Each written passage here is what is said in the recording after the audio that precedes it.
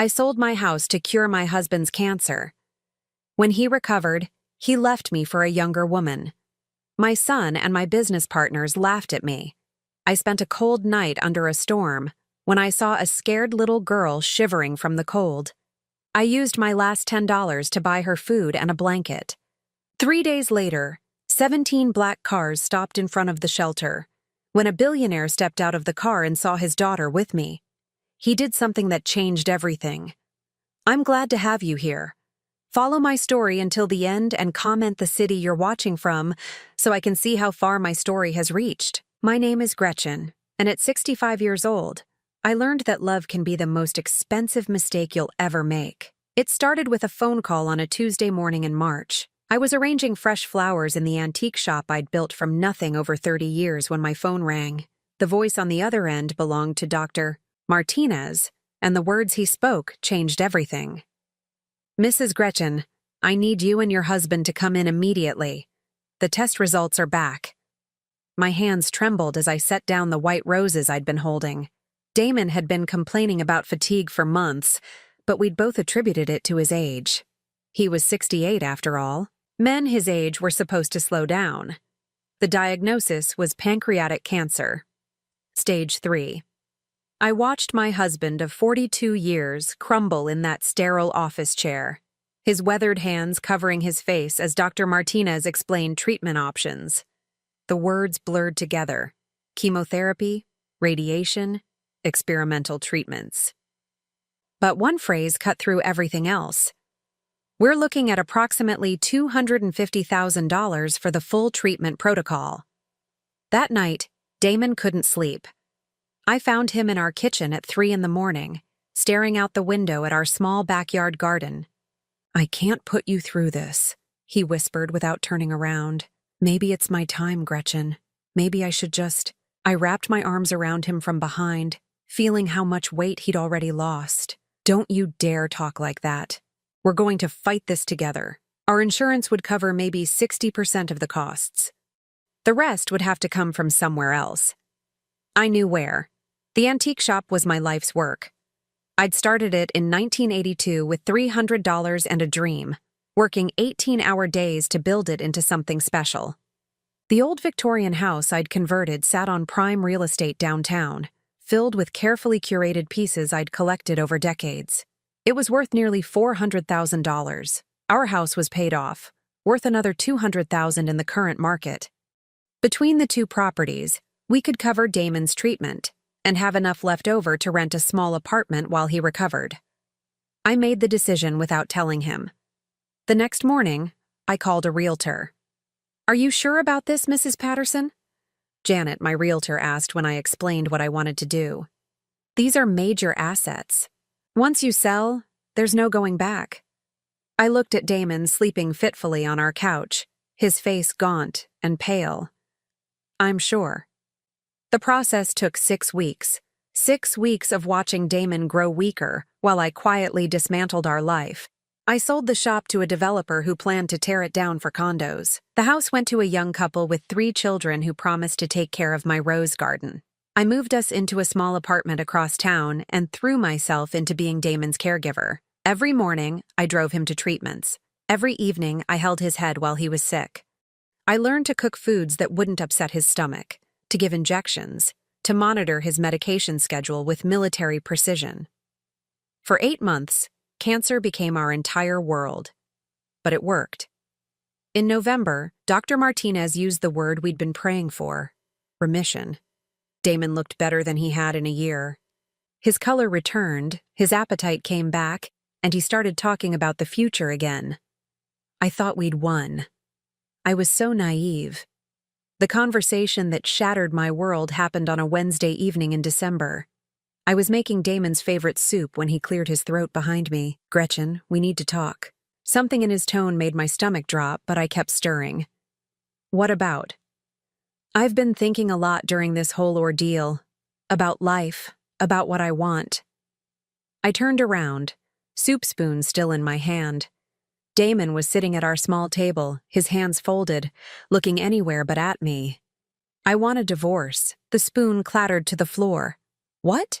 "I know this is difficult, But I've realized that I want to spend whatever time I have left being truly happy. Haven't we been happy? My voice sounded strange, distant. I thought, after beating the cancer together.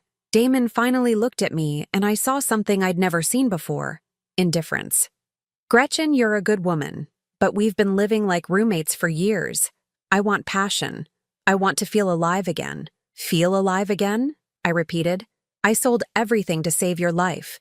I spent 8 months taking care of you. I gave up my business, my home, everything I built. I never asked you to do that. Those words hit me like a physical blow. I grabbed the counter to steady myself. You never asked me? You're my husband. Of course I did it. Well, now I'm asking for my freedom. That's when I understood. This wasn't a sudden decision born from surviving cancer.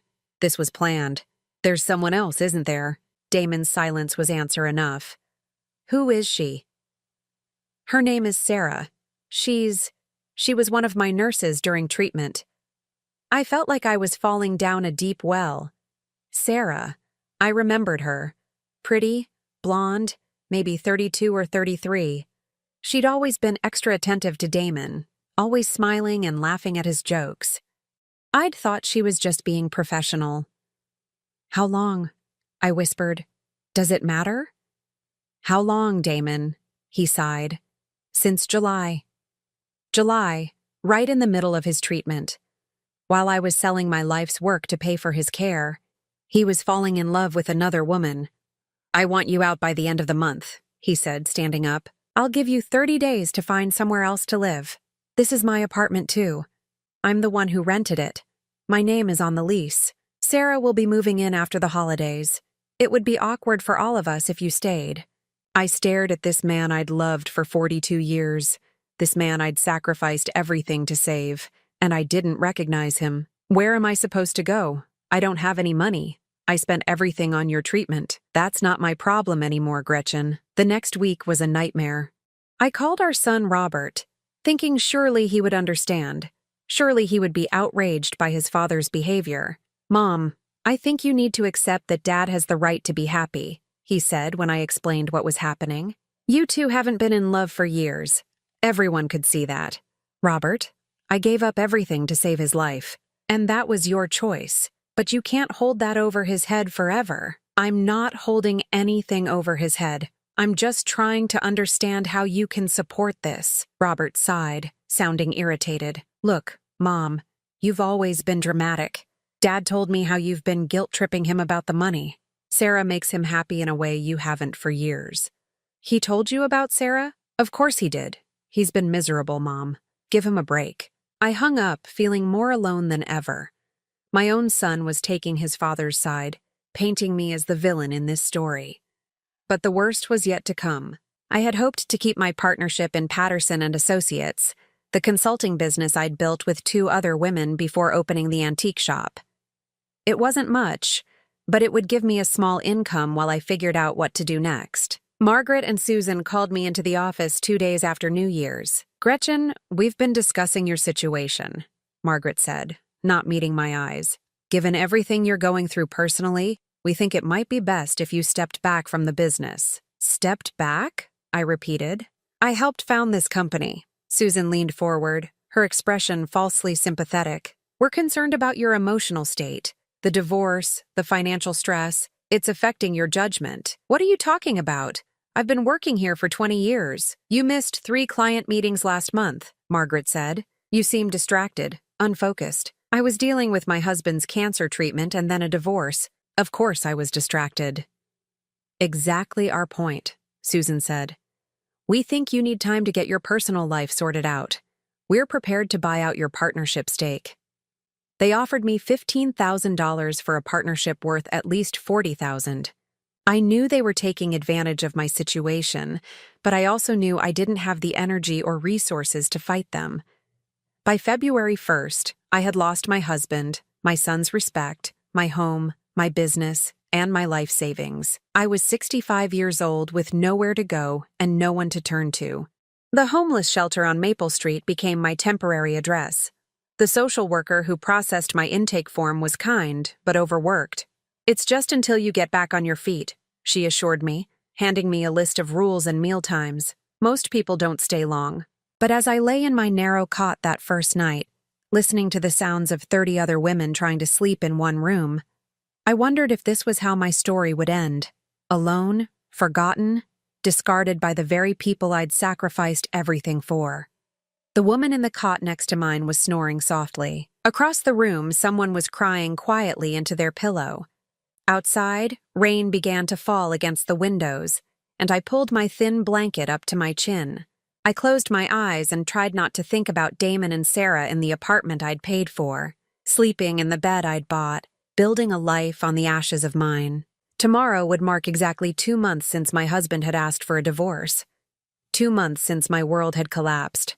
As I finally drifted off to sleep, I had no idea that everything was about to change in the most unexpected way possible. 3 weeks at the shelter had taught me things I never imagined I'd need to know. How to make instant coffee taste almost decent by adding a pinch of salt.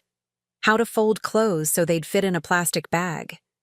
How to disappear into yourself when the woman 2 beds over started screaming about invisible enemies at 3 in the morning. Most importantly, I learned that dignity was something you had to fight for every single day. The morning of the storm started like any other. I woke at 5:30, before the breakfast bell, and made my way to the communal bathroom. The mirror above the sink showed a woman I barely recognized. My hair, once my pride, now hung limp and gray around a face that had aged years in just months. The shelter provided basic toiletries, but there was only so much you could do with generic shampoo and a bar of institutional soap. I'd been looking for work for 2 weeks, but at 65, most employers saw me as a liability rather than an asset. The few interviews I'd managed to secure always ended the same way. "We'll be in touch," they'd say with polite smiles that didn't reach their eyes. That morning, I had $7.34 left from the small amount I'd managed to save from selling my jewelry. It was all that stood between me and absolute destitution. The weather forecast had been ominous all week. The meteorologists were calling it a significant weather event, the kind of storm that could knock out power for days and turn streets into rivers. By noon, the shelter staff were already making preparations, checking generators and stocking extra food. "All residents should plan to remain inside tonight," announced Mrs. Chen, the day manager. "This storm is going to be dangerous." But at 4:30 that afternoon, I realized I'd made a critical mistake. In my distraction over a job interview that morning, I'd forgotten to take my blood pressure medication. Without it, I risked a stroke or heart attack. The pills were sitting in my small bag upstairs, but I needed food to take them safely, and dinner wouldn't be served until 6. I counted my money again. $7.34, enough for a small sandwich and maybe a carton of milk from the corner store 3 blocks away. The wind was already picking up as I stepped outside, pushing against me with surprising force. Dark clouds churned overhead, and the first fat raindrops were beginning to fall. I pulled my thin jacket tighter and hurried down the street.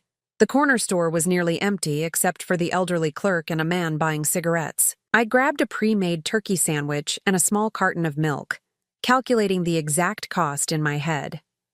$4.67. That would leave me with $2.67 for tomorrow. As I paid, the clerk glanced outside nervously. "Storm's coming fast," he said. "You should get home quick." Home. I nodded and tucked my purchases into my jacket. The walk back to the shelter would take about 15 minutes if I hurried. But I never made it. Halfway there, the sky opened up.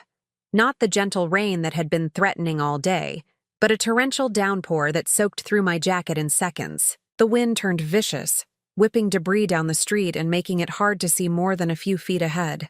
I ducked into a doorway to wait it out, but the storm only got worse. Lightning split the sky, followed immediately by thunder so loud it made my teeth ache. This wasn't a storm that would pass in a few minutes. This was the kind of weather that could kill you if you weren't careful. That's when I heard it. A sound that cut through the howling wind and driving rain. Crying. Not the wailing of the storm, but human crying. A child crying. I peered out into the rain, trying to locate the source. There, huddled behind a row of garbage cans in the alley beside a closed restaurant, was a small figure. A little girl, maybe 7 or 8 years old, soaked to the skin and shivering violently. I didn't think. I ran. "Honey!" I called out, my voice barely audible over the storm. "Honey, what are you doing out here?" The child looked up at me with enormous brown eyes filled with terror. She was small for her age, with tangled dark hair plastered to her head and clothes that had once been expensive but were now torn and muddy. "I'm lost," she whispered, teeth chattering so hard she could barely speak. "I can't find my daddy." "Oh, sweetheart." I knelt down beside her, not caring that the water from the alley immediately soaked through my pants. "How long have you been out here?" Since this morning, I think. Maybe yesterday? I don't know. My heart broke. This tiny thing had been alone in the storm for hours, maybe longer. "What's your name?"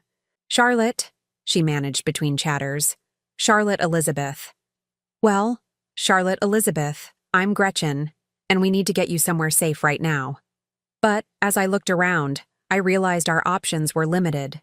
The restaurant behind us was closed, its metal security gate pulled down tight. The other buildings on this block were mostly offices, equally shuttered. The shelter was still 6 blocks away, and there was no way this little girl could make that walk in this weather. Then I remembered the 24-hour convenience store we'd passed. It wasn't ideal, but it would be warm and dry. "Can you walk?"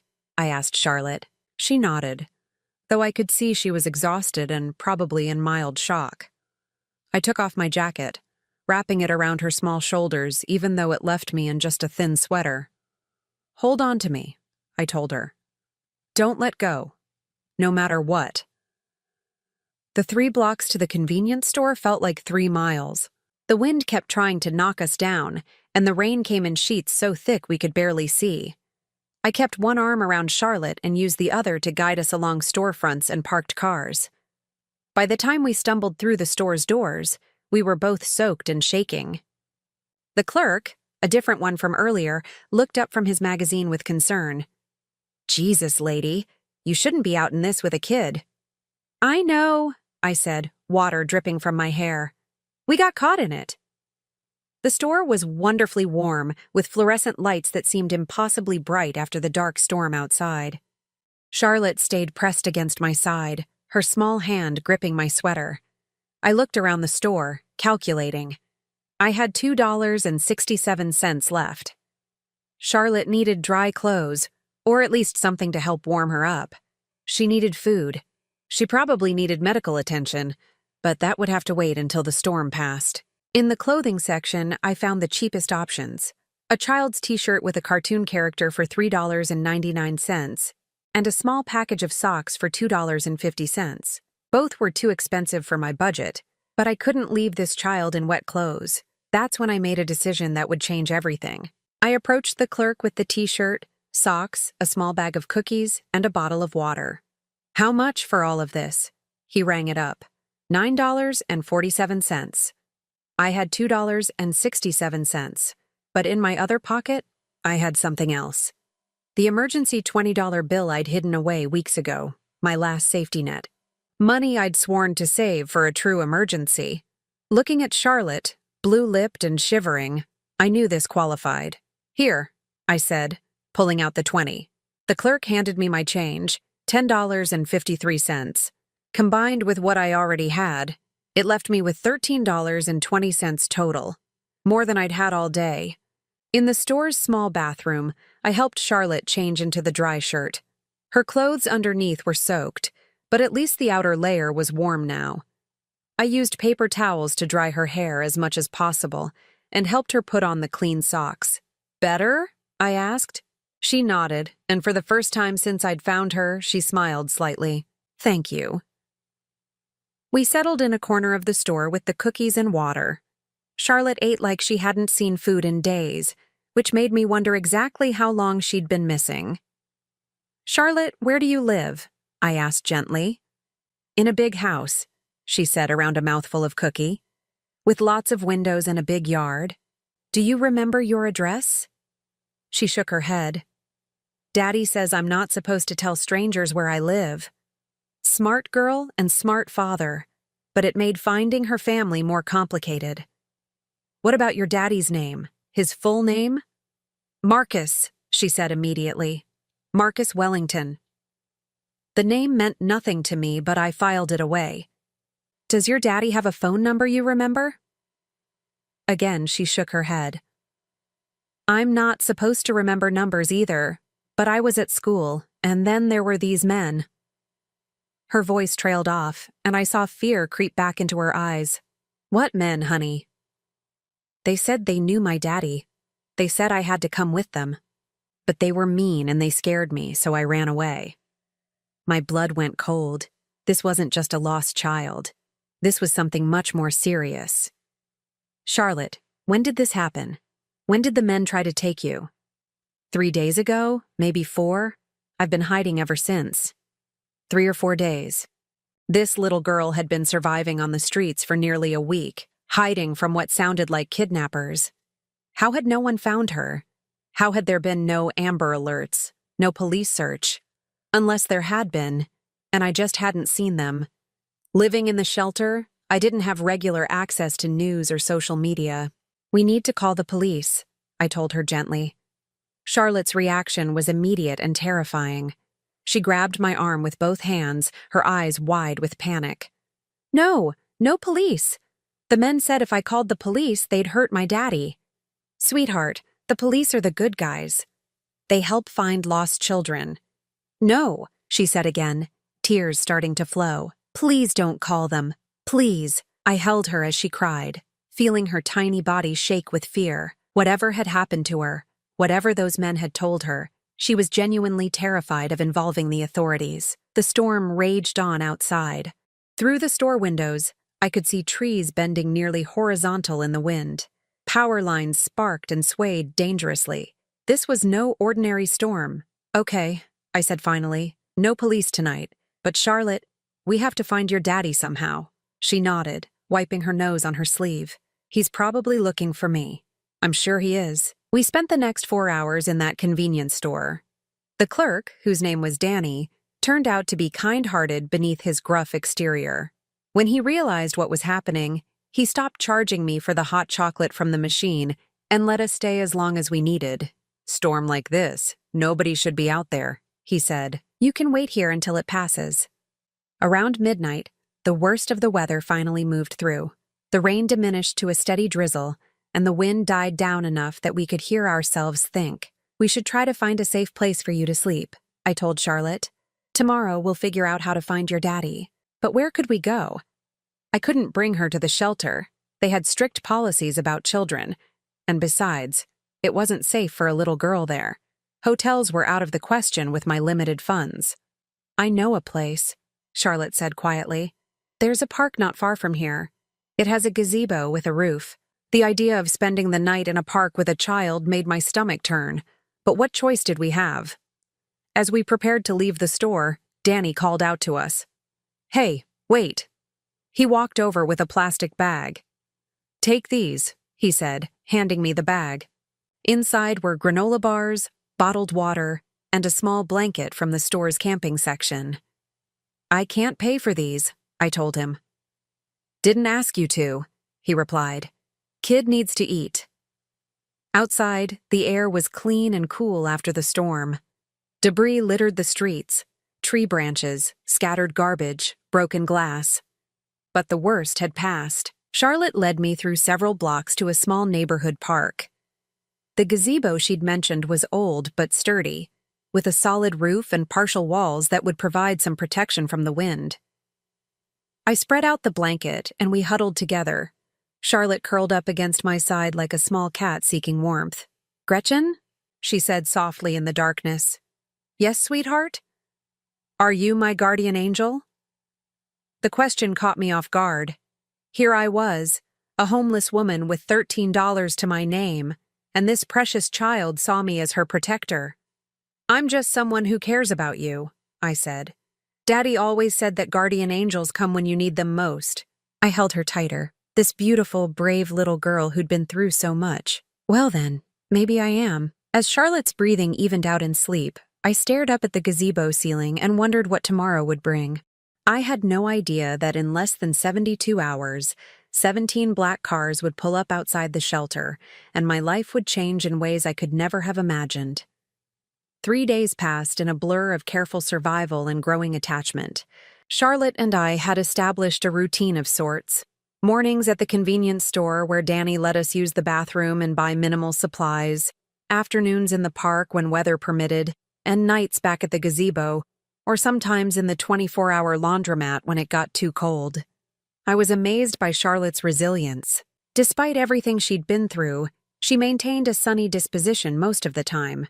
She told me stories about her life, fragments that painted a picture of wealth and privilege I could barely imagine.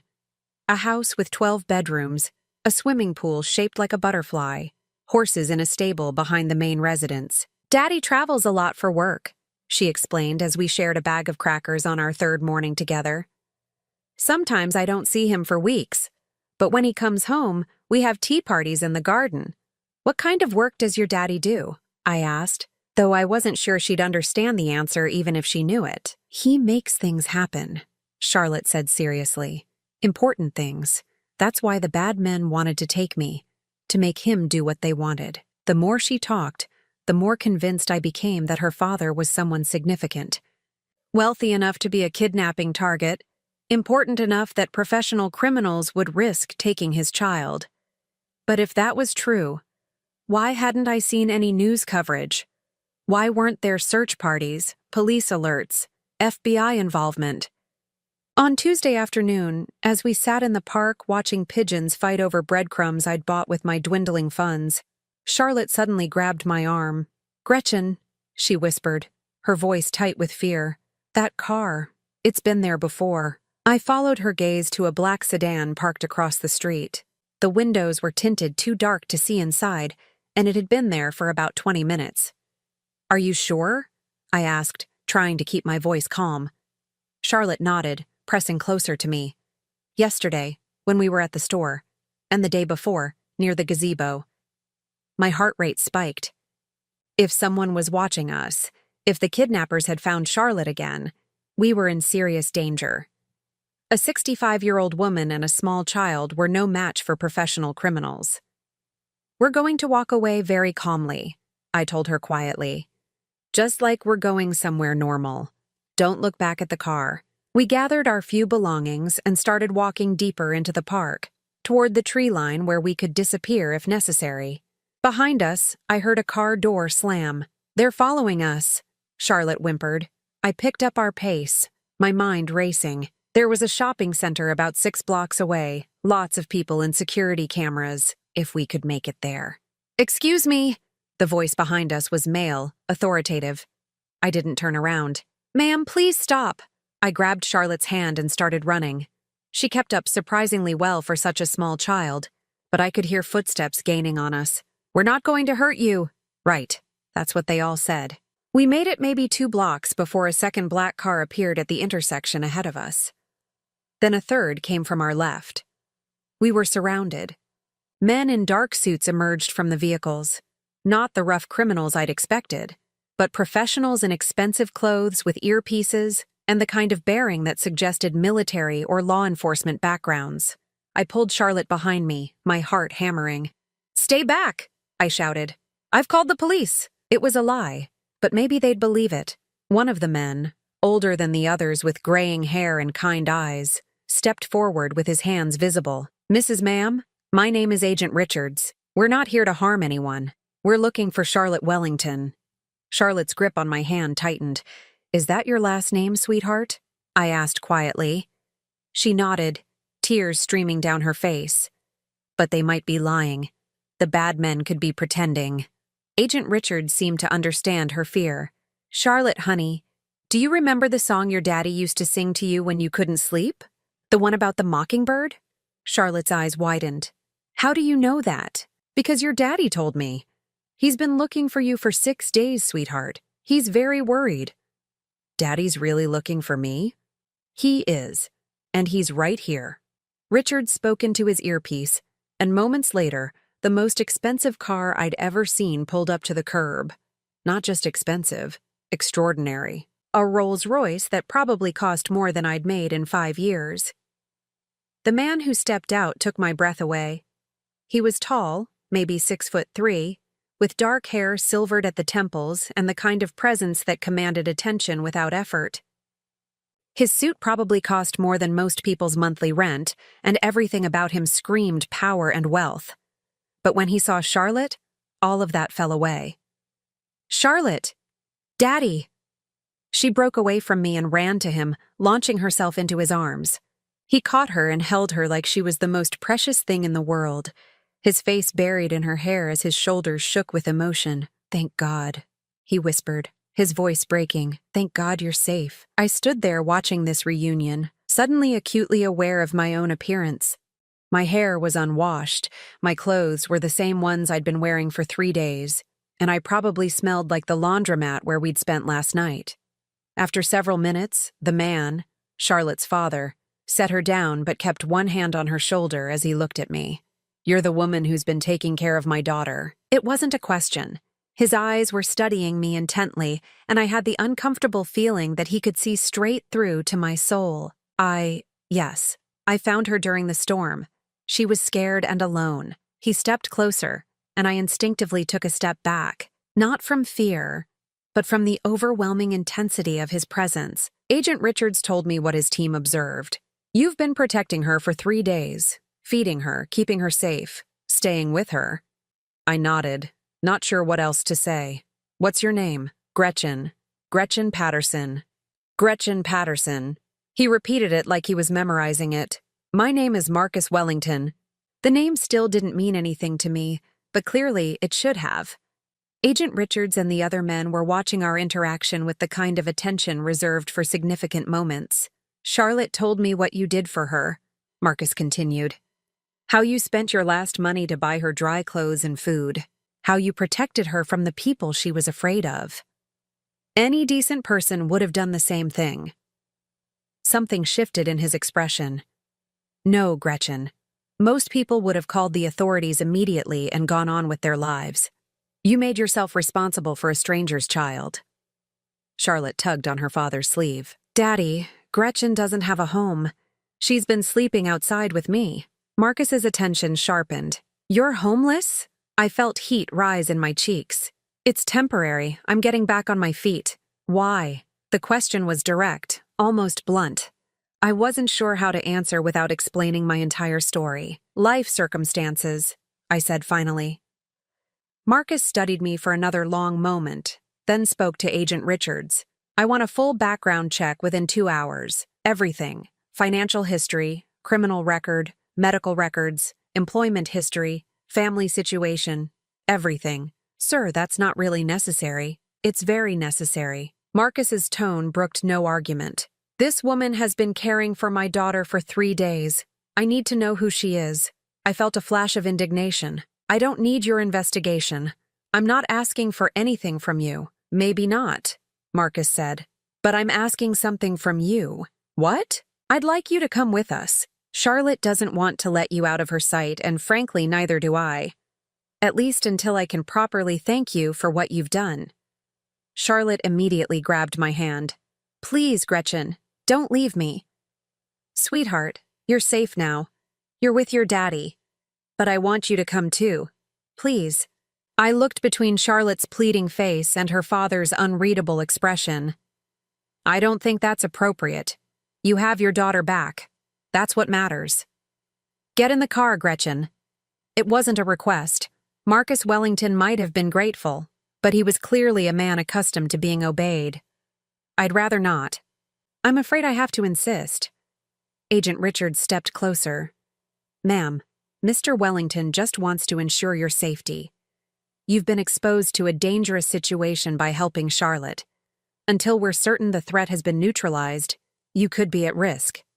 That possibility hadn't occurred to me. If the kidnappers had been watching us, if they'd seen me with Charlotte, I might indeed be in danger. "For how long?" 24 hours, Marcus said. "Give me 24 hours to debrief Charlotte, deal with the security situation, and figure out how to properly thank you. Then, if you want to leave, you're free to go." Charlotte was still holding my hand, looking up at me with those enormous brown eyes. "Please, Gretchen.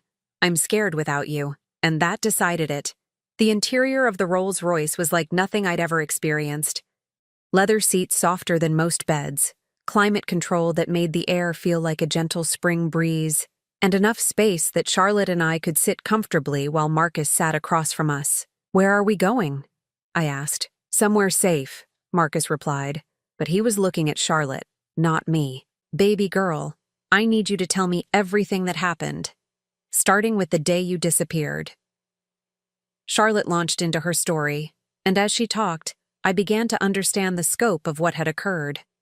She'd been taken from her private school by two men claiming to be friends of her father. They'd held her in an abandoned warehouse for 2 days, waiting for Marcus to comply with some demand they'd made. "What did they want from you?" I asked Marcus.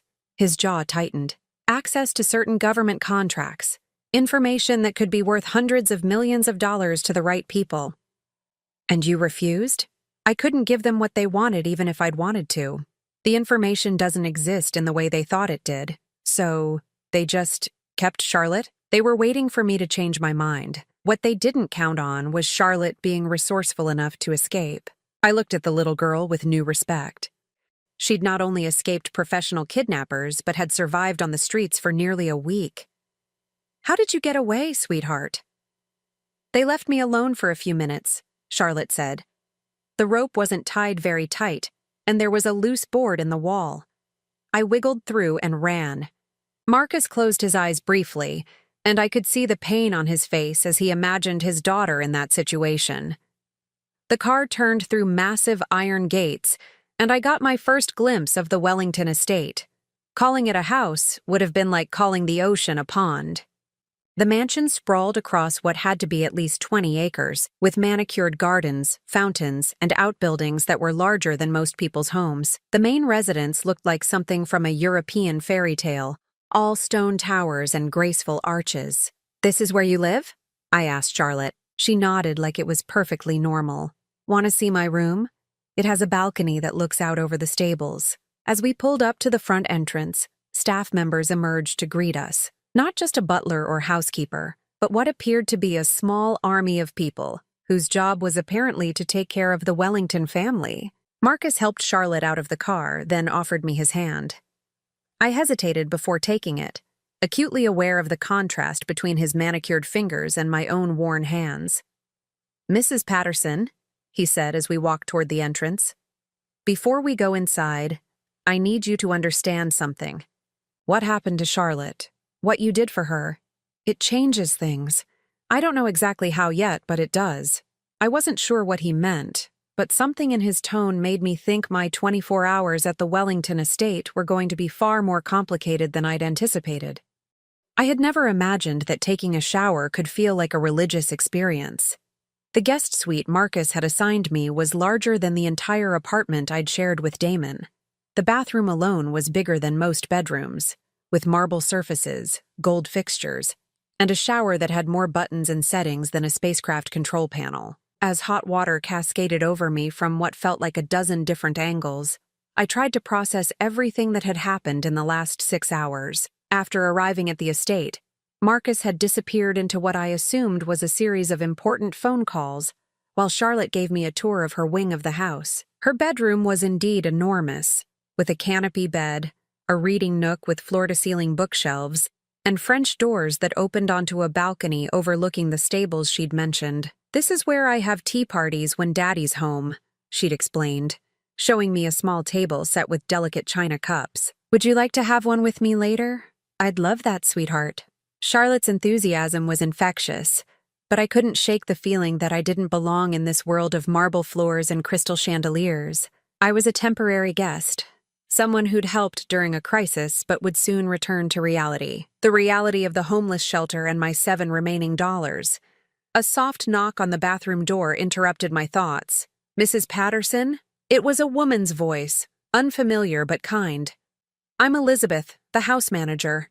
I've left some clothes for you on the bed. They should fit reasonably well." "Thank you," I called back, though I hadn't asked for clothes. When I emerged from the shower, I found an outfit laid out that probably cost more than I'd made in a month at my old job. A soft cashmere sweater and pale blue, well-tailored slacks and undergarments that still had price tags attached. Even the shoes were there, comfortable flats in exactly my size. How had they known my measurements? The answer came as I was getting dressed. Through the suite's windows, I could see a team of people working in the gardens below. Not gardeners, but men in suits who moved with the same precision as Agent Richards and his team. Marcus hadn't just brought me here for Charlotte's comfort. He really had been concerned about my safety, and that suggested resources far beyond what I'd initially realized. A gentle knock on the main door interrupted my thoughts. "Come in," I called. Elizabeth entered with a warm smile. She was perhaps 50 years old, with graying brown hair and the kind of efficient manner that suggested she'd been managing wealthy households for decades.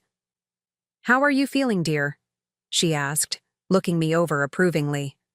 "Much better, I imagine. The clothes are beautiful, but I can't accept them.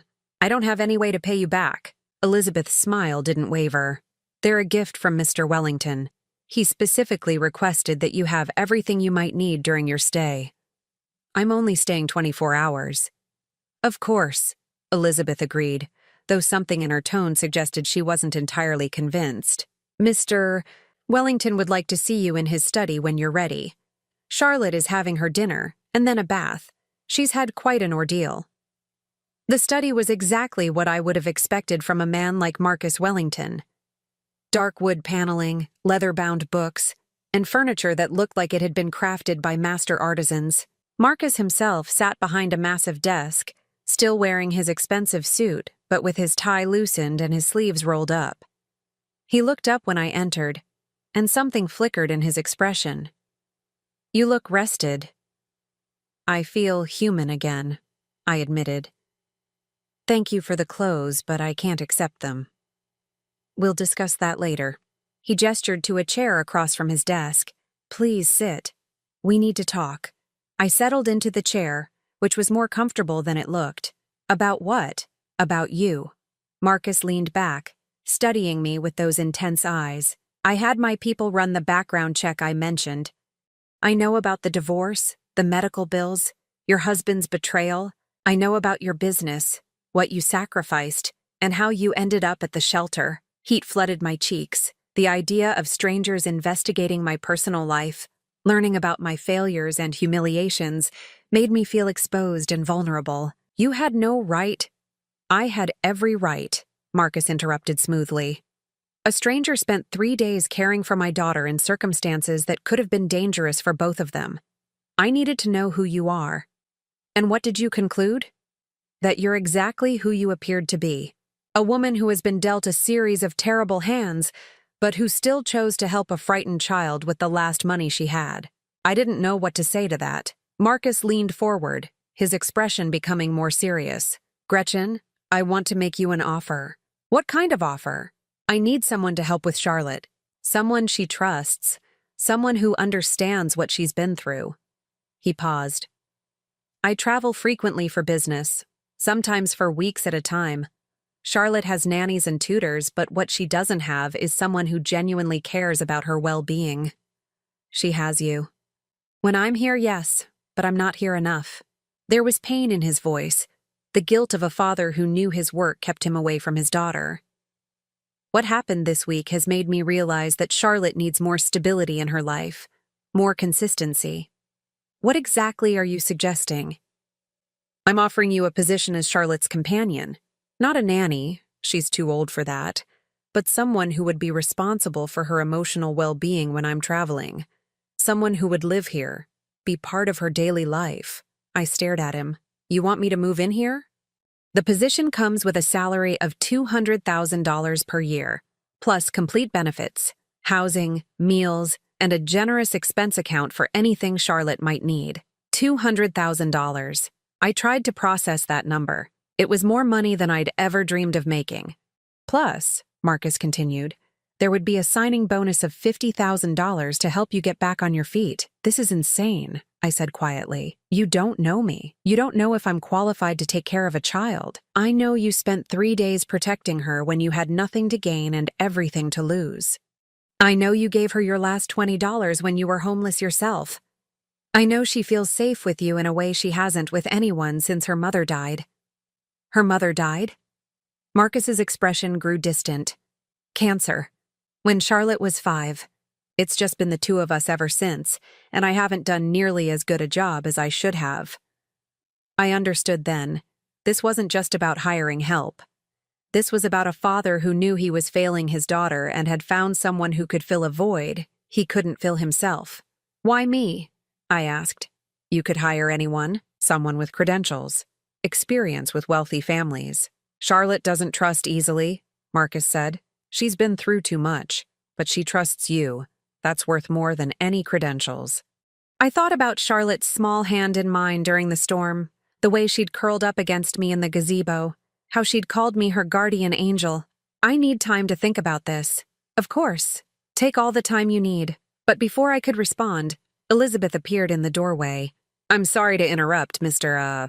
Wellington, but there's a situation at the front gate. Marcus frowned. What kind of situation? A man claiming to be Mrs. Patterson's husband. He's quite insistent about seeing her. My stomach dropped. Damon, you don't have to see him, Marcus said immediately. Security can remove him from the property. But I was already standing. No, I'll talk to him. I need to know what he wants. Marcus's expression hardened. Then, I'm coming with you. The front gate was a quarter-mile from the main house, but we could hear Damon's voice even from that distance. He was shouting at the security guard, demanding to be let in, threatening to call the police. As our car approached, I could see him clearly for the first time since the divorce. He looked older, thinner, and there was something desperate about his posture that I'd never seen before.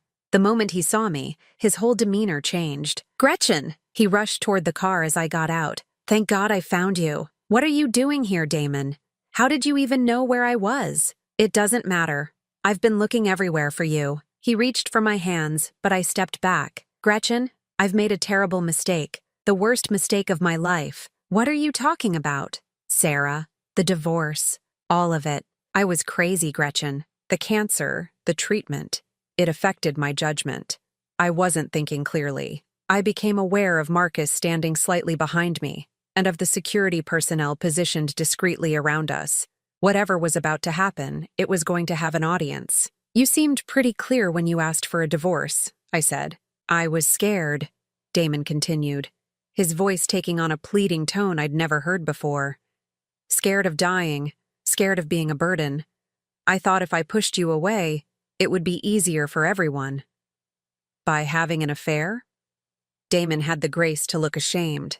That was a mistake, a huge mistake. Sarah, she took advantage of me when I was vulnerable.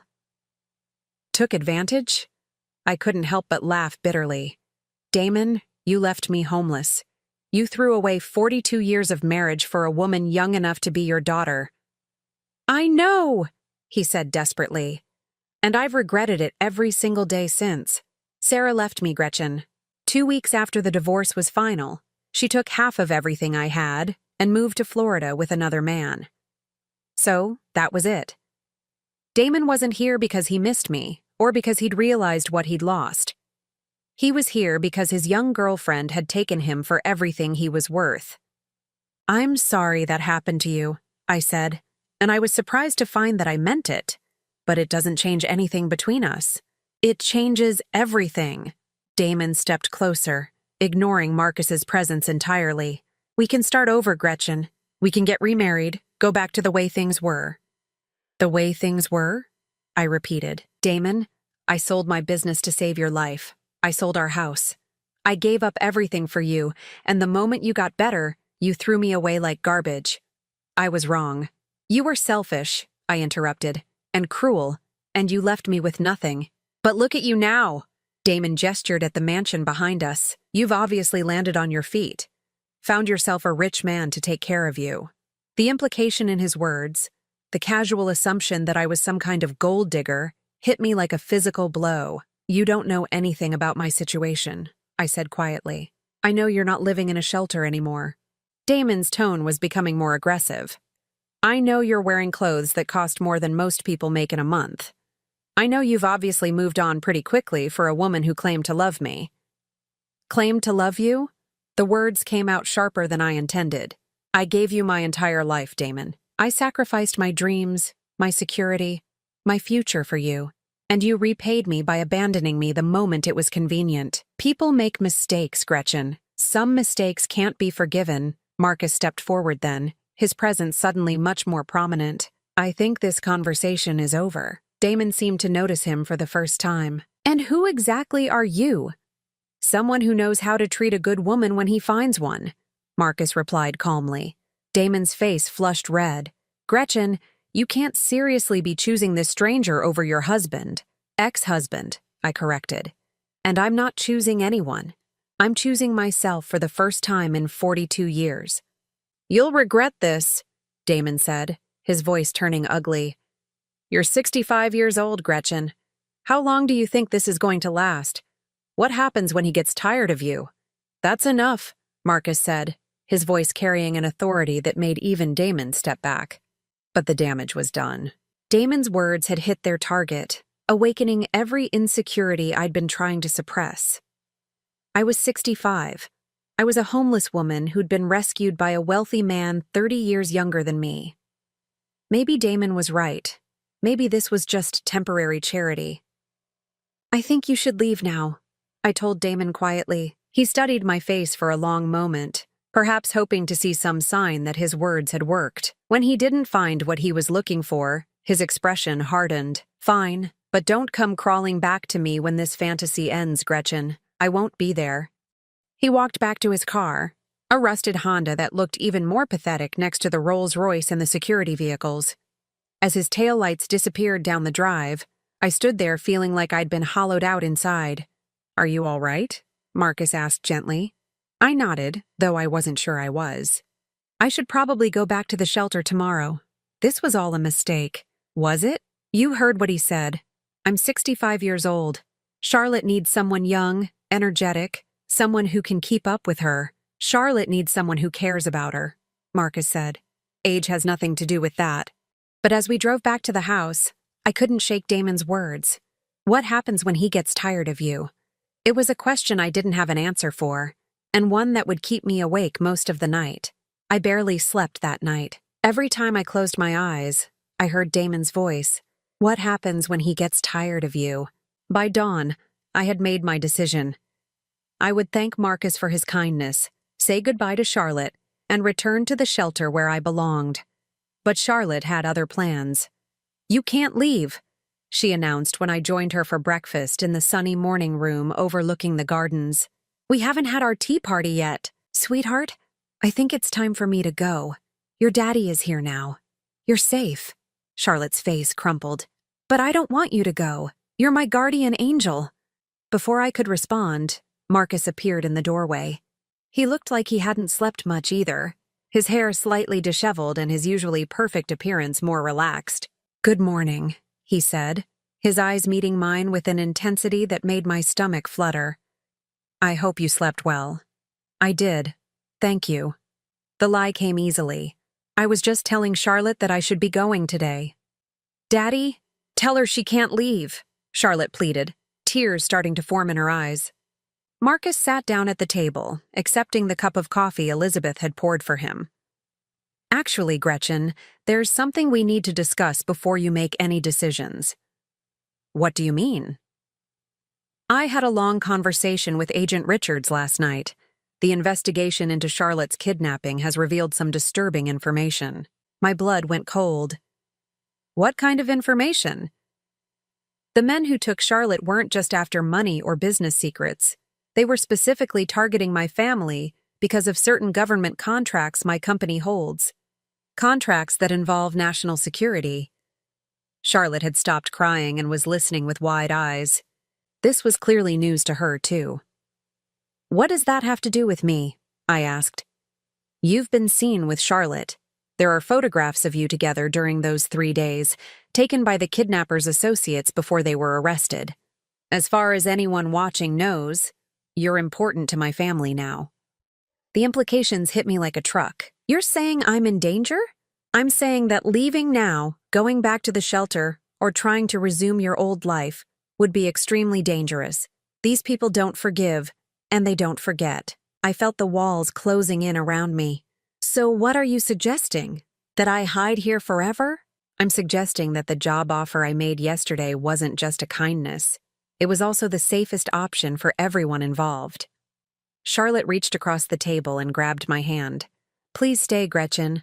I'll be really good, I promise. We can have tea parties every day.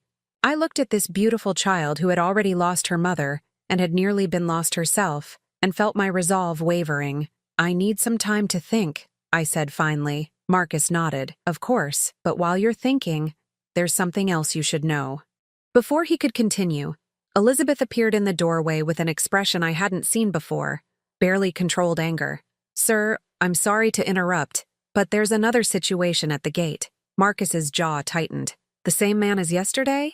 No, sir. This time it's a younger man claiming to be Mrs. Patterson's son. He's with the older gentleman from yesterday, and they're both quite agitated. My heart sank. Robert. Of course Damon would bring Robert. I don't have to see them, I said quickly. Actually, you do. Marcus's voice was calm but firm. If we don't deal with this now, they'll keep coming back. Better to handle it once and for all. 20 minutes later, I found myself facing both Damon and Robert at the front gate. My son looked uncomfortable but determined, while Damon appeared smugly confident, as if he'd brought reinforcements for a battle he was sure to win. Mom, Robert said the moment he saw me. Dad told me what happened yesterday. What you said to him. I told him the truth, I replied evenly. He made a mistake, Robert continued. People make mistakes, but that doesn't mean you abandon your family. The irony of those words coming from him, the son who had taken his father's side during the divorce without question, was almost laughable. Where were you when I needed my family, Robert? I asked quietly. When I was living in a shelter, where were you then? Robert had the grace to look ashamed. I didn't know it was that bad. You didn't want to know. Damon stepped forward, clearly impatient with the emotional scene. Gretchen, let's cut through all this drama. I've spoken with a lawyer. Since our divorce isn't final yet, you're still legally my wife, which means you can't enter into any financial agreements without my consent. I stared at him in disbelief. What are you talking about?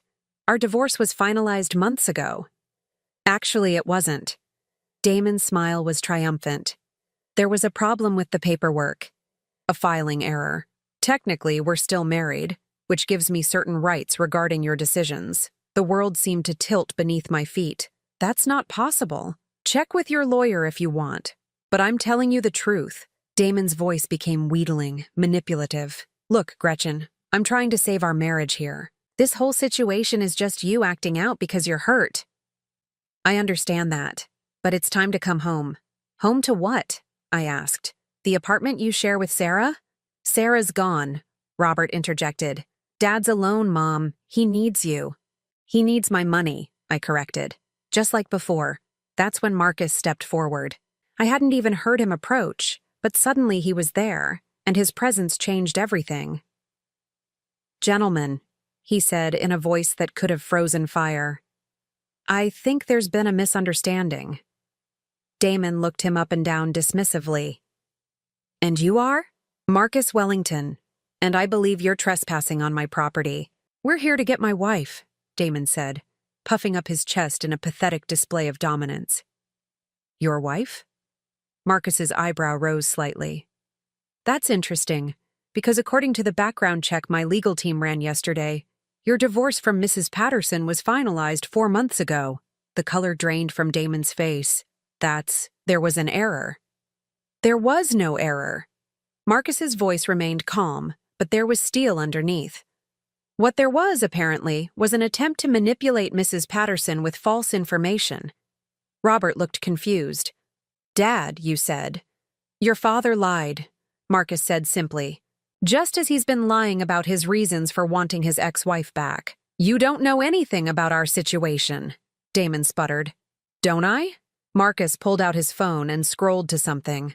Let's see. Damon Patterson, age 68, recently divorced. Lost approximately $80,000 to a fraudulent investment scheme promoted by his girlfriend, Sarah Morrison. Currently 3 months behind on rent for his apartment. Credit cards maxed out. Bank accounts overdrawn. With each word, Damon seemed to shrink a little more. "So, you see," Marcus continued, "I know exactly what this is about. This isn't a man who wants his wife back. This is a man who needs someone to bail him out of his financial problems."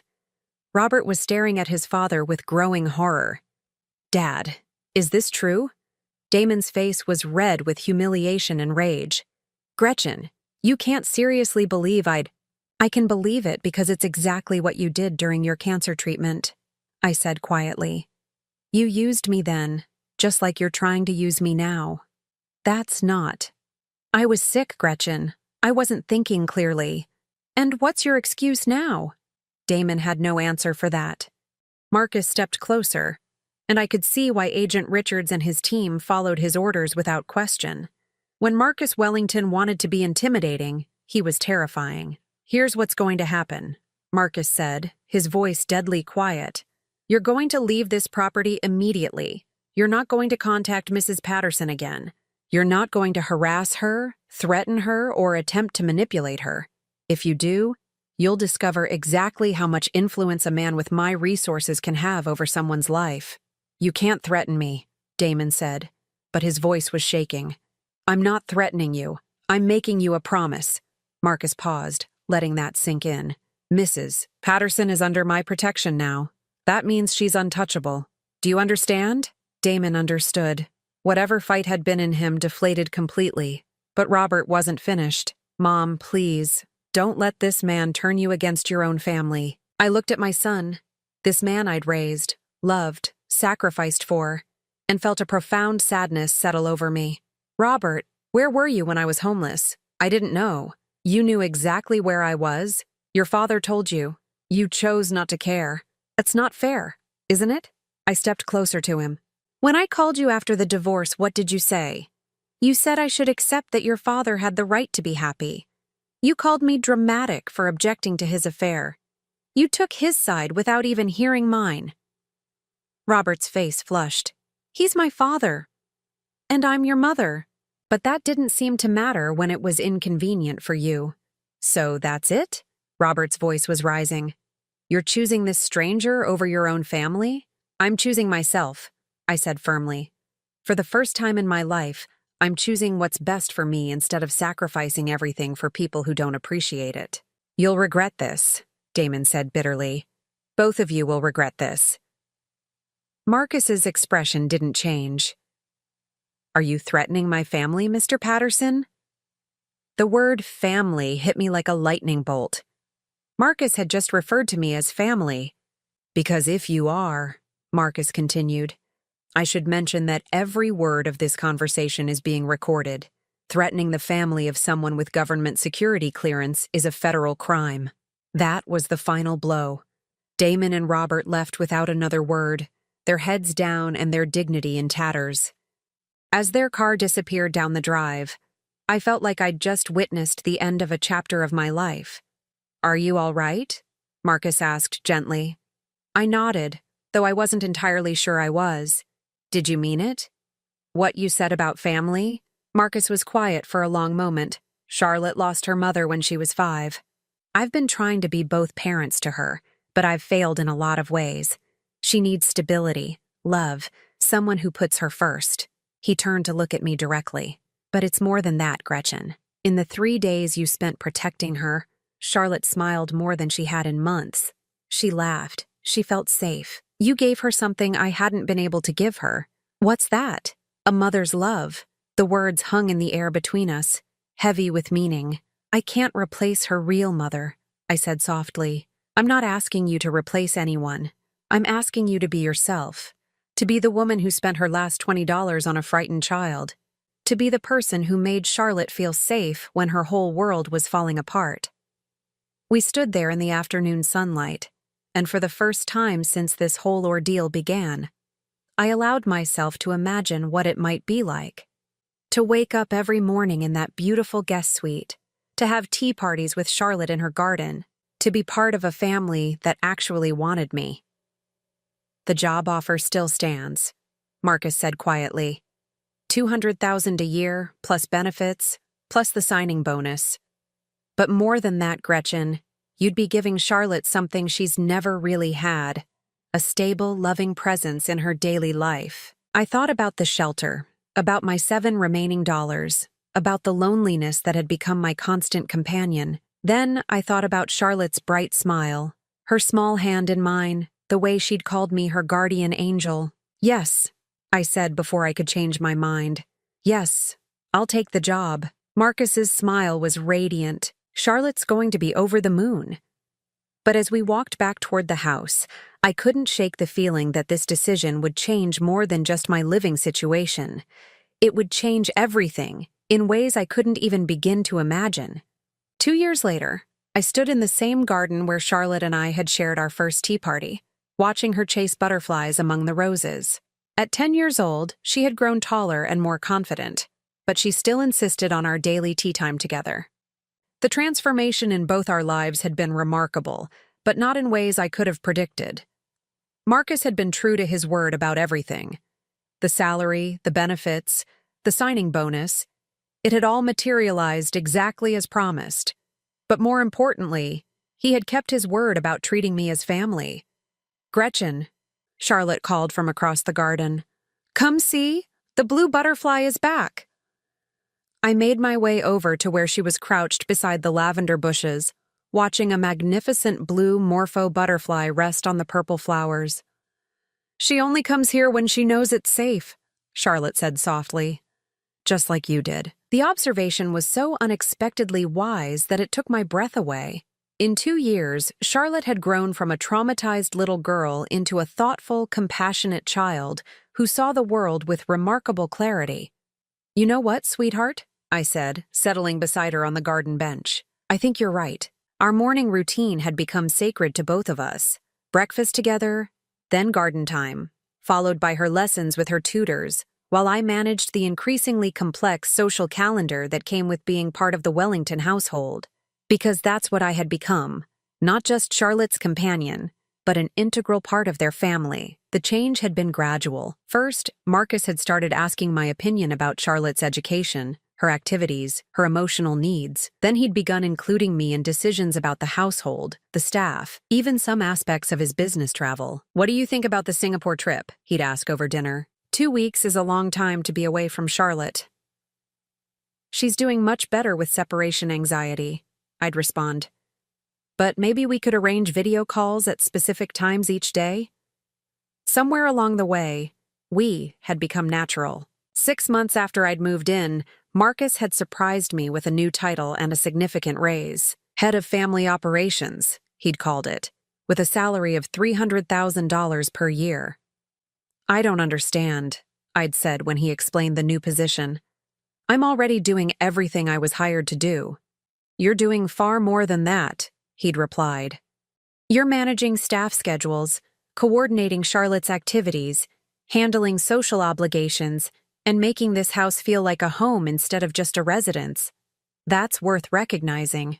But the real recognition had come in smaller moments. The first time Charlotte had called me Gretchen Mom in front of her friends, the night she'd had a nightmare and had run to my room instead of her father's, the afternoon when Marcus had introduced me to a business associate as Charlotte's second mother and the person who keeps this family functioning. Each moment had built upon the others until I'd realized something profound. I wasn't just employed by the Wellingtons. I belonged to them, and they belonged to me. "Time for lessons," I reminded Charlotte as we made our way back toward the house. "Do I have to? Can't we just play in the garden all day? Education is important, young lady. Besides, don't you have that writing competition next month?" Charlotte's face lit up. "Oh, right. I need to practice my jumping." As we entered through the French doors that led to the morning room, I nearly collided with Elizabeth, who was carrying a silver tray with what appeared to be legal documents. "Oh, Mrs. Patterson. Perfect timing. These just arrived for you." My heart skipped. Legal documents were never good news. "What are they?" "I'm not sure, but the messenger said they were urgent." I took the envelope with trembling hands, my mind immediately jumping to worst-case scenarios. Had someone challenged Marcus's authority to employ me? Was there some legal issue with my background check? But as I read the documents, my confusion only deepened. "What is it?" Charlotte asked, sensing my distress.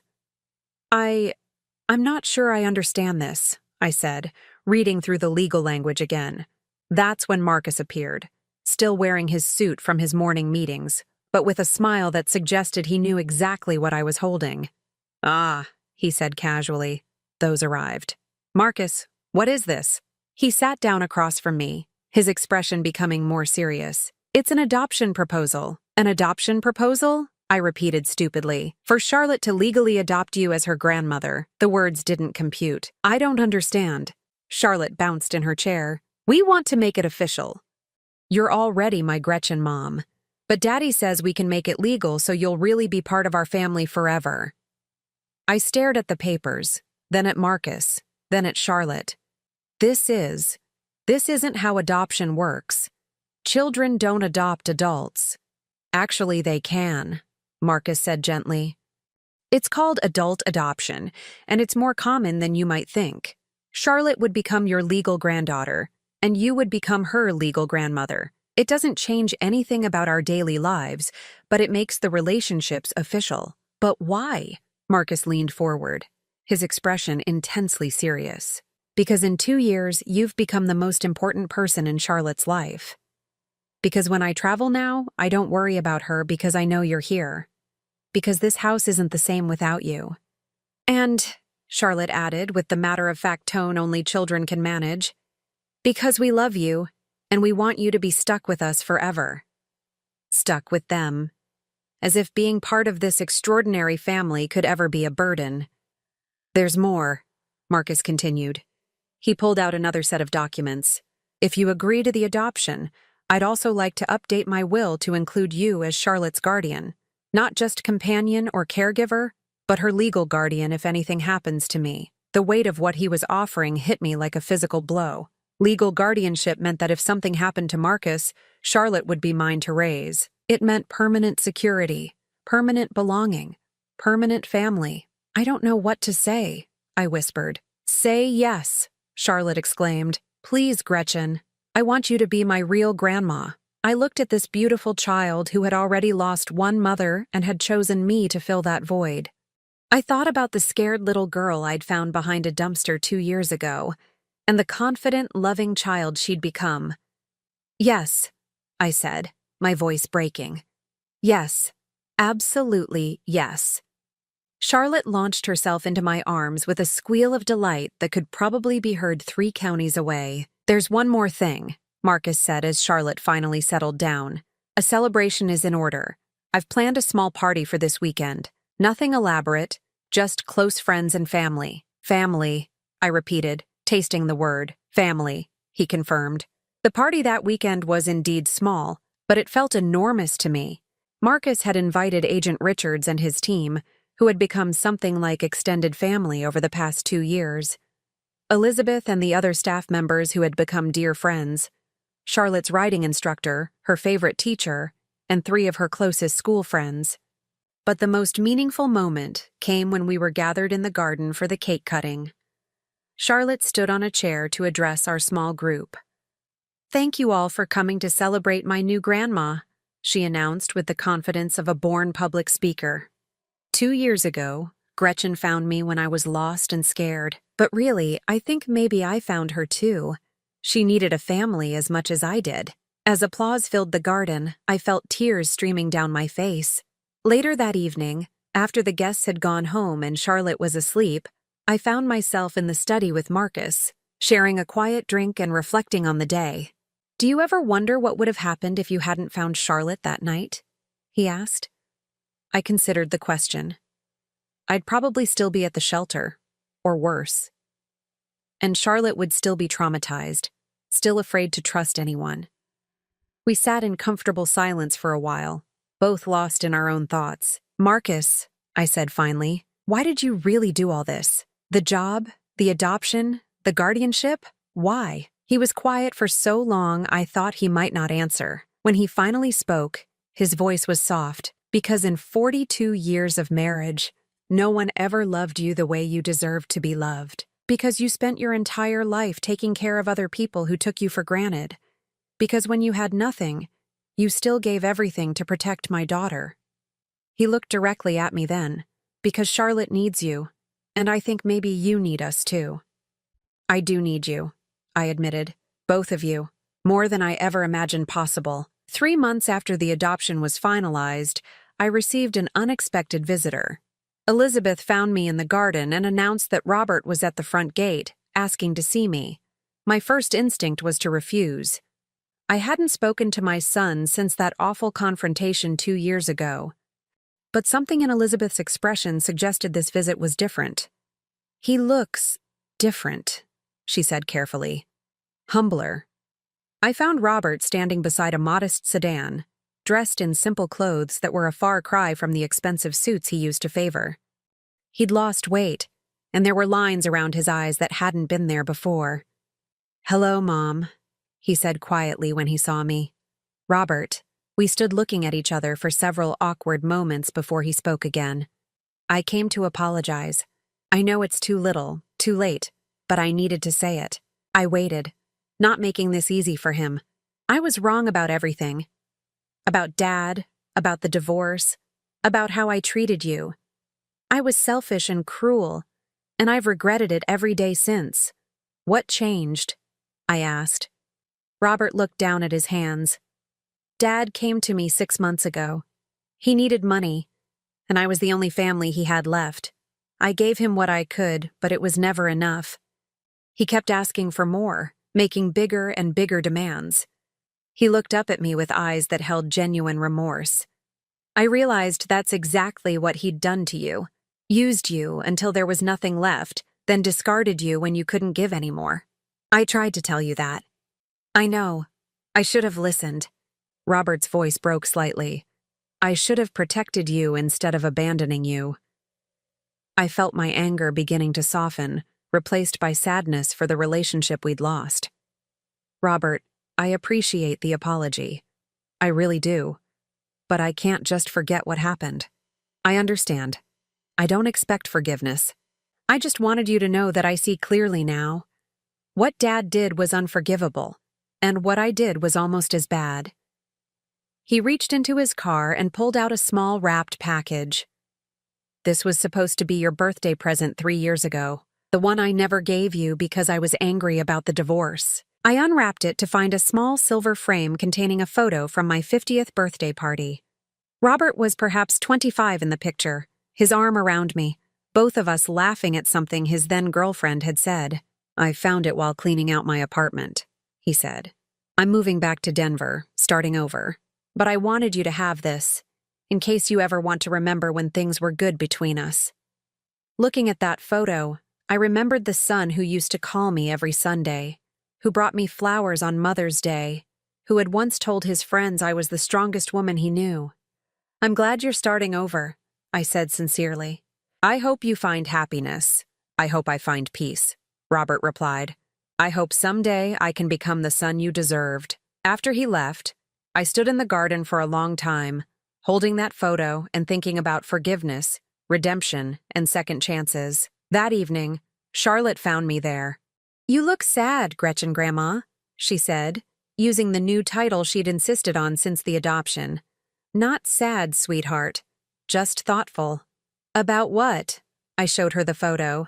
"About how sometimes people make terrible mistakes, but they can change if they really want to."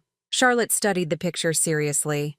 "Is that your son? The one who was mean to you?" "Yes, but he apologized today. He said he was sorry for how he treated me. Do you forgive him?" The question, asked with such innocent directness, made me think. "I think I'm learning to," I said finally.